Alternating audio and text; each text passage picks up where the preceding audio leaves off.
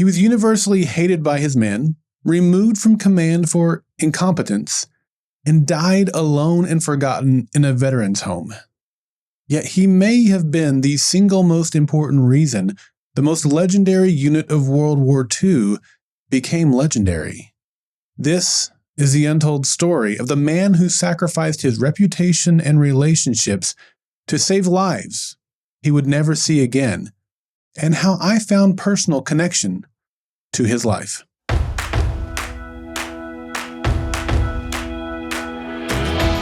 Welcome to Stuff I Learned Yesterday. I'm Daryl Darnell, and this is episode 681, In the Company of Greatness. There's disagreement among historians about what the D in D-Day stands for. Arguments include departed, disembarkation, and decision, but the most widely accepted explanation is that it simply stands for day. Specifically, the day on which a combat operation or attack is to be launched. I believe that if you aren't learning, you aren't living. Well, Band of Brothers is a 10-episode miniseries that first aired on HBO in the fall of 2001. The series was created by Steven Spielberg and Tom Hanks, and it's based on Stephen Ambrose's nonfiction book by the same name. The series follows the history of Easy Company, 2nd Battalion, 506th Parachute Infantry Regiment of the 101st Airborne Division during World War II. Over the course of the 10 episodes, we see the training of Easy Company, their entry into Normandy on D-Day, the siege of Bastogne, the liberation of Kaufering concentration camp, and their eventual capture of Hitler's Eagle's Nest compound. Now, I wasn't aware of the series when it first aired. In fact, it wasn't until I started the Fringe podcast in 2008 that I learned of it. One of the stars of Band of Brothers is Kirk Acevedo. Kirk is a fantastic actor, and he was also one of the stars of Fringe. Listeners of our podcast who were familiar with Band of Brothers encouraged me to check it out. Eventually, I did watch the series, and it blew me away. If you've never seen it, I can't recommend it enough. Although, it should go without saying, since it depicts the events of World War II, it is filled with violence and language. But each episode begins with the real survivors of Easy Company sharing stories of their experience.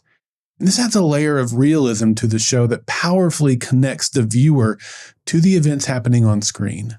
It's wonderfully shot, acted, and written.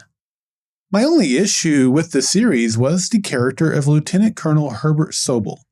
My issue was twofold. First, the character was portrayed by David Schwimmer, who I only knew as Ross Geller from Friends. So I had a very hard time not seeing the character as Ross in cosplay. My other issue with the character was that he seemed incredibly incompetent and unnecessarily mean. I find him to be a very unlikable character. Well, last year I decided to watch the series again, and this time my take on Sobel was completely different. I found him to be incredibly powerful, approachable, and inspiring. So let me tell you more about him.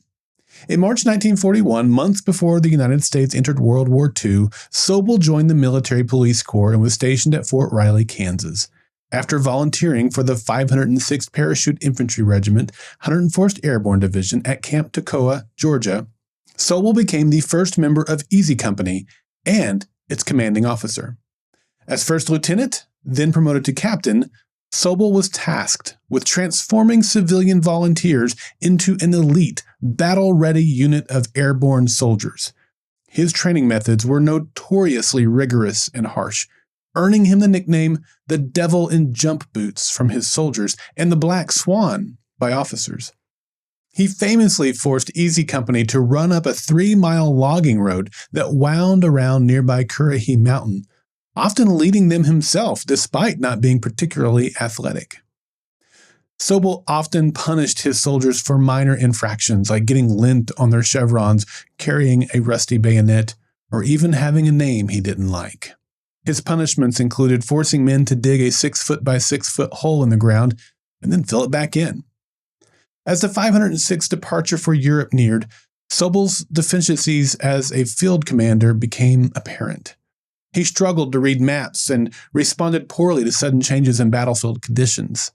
Perhaps most critically, he lacked the charisma and connection with his men needed to lead them successfully in combat. The situation reached a breaking point when Easy Company's non-commissioned officers surrendered their stripes and refused to serve under Sobel, arguing that his tactical ineptitude would place their men's lives at excessive risk. Colonel Robert Sink, the regimental commander, punished the NCOs, but removed Sobel from command and instead gave him command of a new parachute training school in England. First Lieutenant Thomas Meehan took command of Easy Company in his place. Contrary to popular belief, fostered by the HBO series, Sobel did participate in combat operations. He jumped into Normandy on D-Day with the 101st Airborne Division as part of Regimental Headquarters Company, and he earned a combat infantry badge. He was later assigned as the Regimental S4 Logistics Officer for Operation Market Garden and participated in the Battle of the Bulge. During the war, Sobel earned several decorations, including the Bronze Star Medal, American Campaign Medal, European, African, Middle Eastern Campaign Medal with 4 campaign stars, World War II Victory Medal, Army of Occupation Medal, and the French Croix de Guerre. After the war, Sobel returned to Chicago and worked as an accountant. He married Rose, a former military nurse from South Dakota, and they raised 3 sons. As a civilian, Sobel was known as a devoted husband who made his wife breakfast every day and warmed her car every winter morning. He was stern but supportive with his sons, setting aside all his savings to fund their education, which he believed was second only to raising a family in importance. Sobel remained in the Army Reserve and was recalled to active duty during the Korean War, eventually retiring as the rank of lieutenant colonel. However, during the politically turbulent 1960s, he became estranged from his family, particularly his second son, Michael, who became active in left-wing circles in Berkeley, California. And this ideological conflict created a rift with his conservative father. In 1970, Sobel attempted suicide by shooting himself in the head with a small-caliber pistol. The bullet entered his left temple, passed behind his eyes, and exited the other side, severing his optic nerves and rendering him permanently blind. And for the final 17 years of his life, Sobel lived in a dilapidated Veterans Affairs nursing home in Waukegan, Illinois, where he died of malnutrition on September 30th, 1987, at the age of 75. His family was not by his side, and no funeral services were held for him. To me, it's a heartbreakingly tragic end to the life of a man who should have been regarded as a hero. And here's why. Despite being almost universally disliked during training, many Easy Company veterans later credited Sobel with the unit's cohesion and success. His son, Michael, became his most faithful defender, maintaining that his father's harsh methods were deliberately designed to forge the men into an ironclad company by giving them a common enemy to unite against. Michael Sobel said, "I believe that the men understand what my father's function was and how he operated." In fact, several Easy Company veterans offered tribute to Sobel's contributions. Donald Malarkey wrote, "You got the idea he was hardening us for tougher times to come. When the war ended, I wondered if he wasn't a big reason some of us were still alive." Other veterans acknowledged that Sobel's training methods, while harsh, had prepared them for the brutal realities of combat and contributed significantly to their survival and success in battles like D-Day and the Battle of the Bulge, and their eventual occupation of Hitler's Eagle's Nest. Richard Winters recalled, "One of the reasons that Easy Company excelled was undoubtedly Captain Sobel." Here's what I learned. When I went back and watched Band of Brothers again, knowing what I had just shared with you about Lieutenant Colonel Sobel, I connected with his story in a very personal way.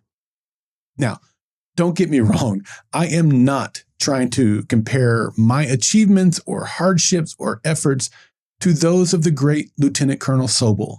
He and those who endured unthinkable hardships, forged incredible courage, and sacrificed all personal gain to liberate the world of arguably the worst dictator in the history of the world are, in fact, the greatest generation. I am not those men. I only hope to live a life worthy of their sacrifice. But I did find a parallel in our lives, and I find it to be incredibly inspiring. I hope you will too. Like Sobel, I had a dream, and I worked hard in my career to achieve that dream. And that dream was to become a buyer and work out of our company's main office. And one day, I achieved that dream. Now, that's a story that I've shared in previous episodes, so you're probably familiar with it. However, once I was promoted to that position, I found myself there for only a short period of time. I made a series of errors that led me to be being removed and reassigned. And like Sobel, I was devastated. I felt like a failure. I lost my confidence, and I was unclear about my future. I was still happy to have a job, but it wasn't what I dreamed for. And I think that's something that many of us can relate to. We have a dream, we work to get it, and either it never comes or we get there and it doesn't work out. But legacies are often found when they are forged in failure. In fact, what is viewed as failure is often found to be the best possible thing once time and perspective are brought into the picture. The truth is, Sobel did far more good as an instructor than he ever would have in the field. Was that role as glorifying as he wanted? I doubt it. But he was a highly gifted instructor, and that's what those men needed at the core of their skill set in order to be successful in the field. It's been said that those who can do, and those who can't teach. It implies that teaching is for those who have failed in other professions. But having the ability to know information well enough to teach and equip others is an incredibly praiseworthy position, and frankly, not many can do it well. When I failed at being a buyer, I still took from that experience skills that uniquely qualified me for the next chapter in my life, one that I never could have seen coming and was far better than what I had initially dreamed for. So, embrace failure.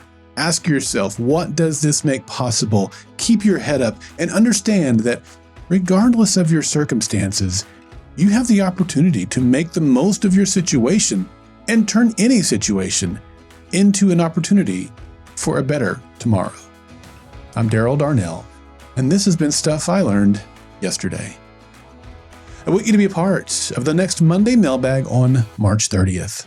Monday Mailbag is your opportunity to share what you've learned so that other listeners and I can learn from you. It can be a message as short as 30 seconds or several minutes long. It really doesn't matter, just as long as it's something that will benefit others. You can send in questions or responses to my SILY episodes, and I'll respond to them via Monday Mailbag episodes. You can participate in Monday Mailbags by visiting the Golden Spiral Media listener feedback page at goldenspiralmedia.com/feedback, or send me an email at feedback@goldenspiralmedia.com.